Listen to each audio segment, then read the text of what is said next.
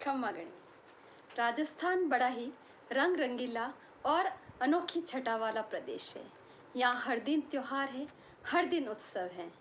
और इन उत्सवों इन त्योहारों में चैत्र मास में मनाए जाने वाला गणगौर का पर्व अपना प्रमुख स्थान रखता है, जो कि चैत्र कृष्ण प्रतिपदा से चैत्र शुक्ल तृतीया तक स्त्रियों एवं अविवाहित कन्याओं द्वारा बड़े ही हर्षोल्लास के साथ मनाते हुए अखंड सुहाग की कामना की जाती है।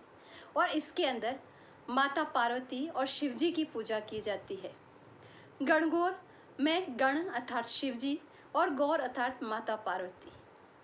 इस गणगौर पर्व के साथ साथ एक और पर्व कुंवारी कन्याओं द्वारा बड़े ही उत्साह के साथ मनाया जाता है, और वह पर्व है घुड़ला का पर्व, जिसके अंदर एक मिट्टी के घड़े के अंदर अनेकों छेद करके उसमें दीपक को रख करके पूरे गांव पूरे नगर में घुमाया जाता है। और यह पर्व चैत्र कृष्ण अष्टमी से चैत्र शुक्ल तृतीया तक मनाया जाता है। तो आखिर ये घुड़ला का पर्व कैसे प्रारंभ हुआ, क्या कथानक रहा इसका, आज हम अपने वीडियो में उसी कथानक को लेकर आपके सामने हाजिर हुए हैं। और यह कथानक कोई साधारण कथानक नहीं, बल्कि बड़ा ही ऐतिहासिकपूर्ण, बड़ा ही वीरतापूर्ण कथानक है, जो कि मारवाड़ के रियासतदार शासक राव सातलदेव सिंह जी से जुड़ा हुआ है, जो कि जोधपुर के शासक राव जोधा के पुत्र थे और जिन्होंने मारवाड़ पर सन 1489 से 1492 तक शासन किया था। एक बार की बात है कि जब मारवाड़ पर राव सातलदेव सिंह जी का शासन था, उस समय देश के अधिकांश हिस्सों पर मुगल सेना का धीरे धीरे आधिपत्य होता चला जा रहा था। और ऐसे ही एक समय में अजमेर के समीप स्थित मुगल सूबेदार मल्लू खान ने योजना बनाई मेड़ता पर अधिकार करने की, और इस आक्रमण में उनका साथ दिया सीरिया खां और घुड़ला खान ने। और जब यह मुगल सेना मेड़ता पर आक्रमण करने के उद्देश्य से नागौर के पीपाड़ गांव के पास स्थित कोसाड़ा गांव के समीप से गुजर रही थी, उस समय कोसाड़ा गांव के तालाब के किनारे पर उस गांव की लगभग 140 कुंवारी कन्याएं गणगौर की पूजा कर रही थी और बड़े हर्षोल्लास के साथ उस त्योहार को मना रही थी। जब मुगल सेना ने उन कन्याओं को देखा तो उनकी क्रूर वासनाएं, क्रूर इच्छाएं जाग उठी और उन्होंने अपने घृणित उद्देश्यों की पूर्ति हेतु उन कन्याओं का अपहरण कर लिया। और जब इस घटनाक्रम की जानकारी राव सातलदेव सिंह जी तक पहुंची तो उन्होंने तुरंत बिना समय गंवाए अपनी सेना के साथ मुगल सेना की ओर कूच कर लिया। और जब वह मुगल सेना की ओर कूच करने के लिए रवाना हुए और इसकी जानकारी मल्लू खां और सीरिया खां तक पहुंची तो वो वहां से भाग खड़े हुए, क्योंकि उन्होंने राव सातलदेव सिंह जी की वीरतापूर्ण कथानकों को, घटनाओं को सुन रखा था। वो उनकी वीरता से भलीभांति परिचित थे, लेकिन घुड़ला खां राव सातलदेव सिंह जी से पूरी तरह अनभिज्ञ था।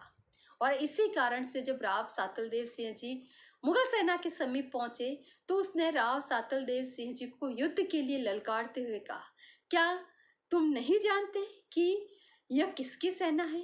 अगर तुमने किसी भी प्रकार से मुगल सेना पर आक्रमण किया तो उसके तुम्हें बहुत ही भयंकर, बहुत गंभीर परिणाम भुगतने पड़ सकते हैं। राव सातलदेव सिंह जी ने कहा कि मुझे जो परिणाम भुगतने होंगे वो बाद में देखा जाएगा, फिलहाल तो आपने जो घृणित कार्य किया है उसका परिणाम भुगतने के लिए आप लोग तैयार रहिए। और ये कहते हुए वह और उनके राजपूत योद्धा मुगल सेना पर बुरी तरह टूट पड़े। भयंकर युद्ध हुआ और जिसमें राव सातलदेव सिंह जी बुरी तरह घायल हुए, लेकिन ऐसी अवस्था में भी उन्होंने अपने तलवार के एक ही वार से घुड़ले खां का सिर धड़ से अलग कर दिया और उन कुंवारी कन्याओं को उसके चंगुल से मुक्त करवाया। साथ ही साथ घुड़ले खां के सिर को उन कन्याओं को सौंपते हुए कहा कि यह आपका दोषी है, इसे आप जो सजा देना चाहे दे सकती है। और इसके साथ राव सातलदेव सिंह जी वही वीरगति को प्राप्त हो गए। तब उन कन्याओं ने घुड़ले खां के सिर को एक मिट्टी के घड़े में रखा और जितने घाव घुड़ला खां के शरीर पर थे उतने ही छेद उस मिट्टी के घड़े में किए और उसे पूरे गांव में घुमाया, ताकि लोगों को पता चले कि बुरे कार्यों का परिणाम कितना भयंकर होता है। और उसके बाद यह परंपरा आज तक चली आ रही है।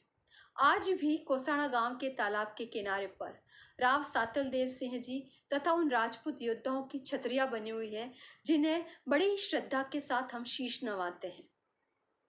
यह कथानक हमें सीख देता है कि किसी भी बुरे कार्य का परिणाम अंततः बहुत ही भयंकर और बुरा होता है। कुंवारी कन्याएं गुड़ला खां के सिर के प्रतीक के रूप में दीपक को उस घड़े में रखकर आज भी घुमाती है और चैत्र शुक्ल तृतीया को गणगौर के अवसर पर उस गुड़ला को किसी भी तालाब में विसर्जित कर दिया जाता है और इस पर्व का समापन किया जाता है। तो ये था गुड़ला पर्व से जुड़ा हुआ ऐतिहासिक और रोचकपूर्ण कथानक।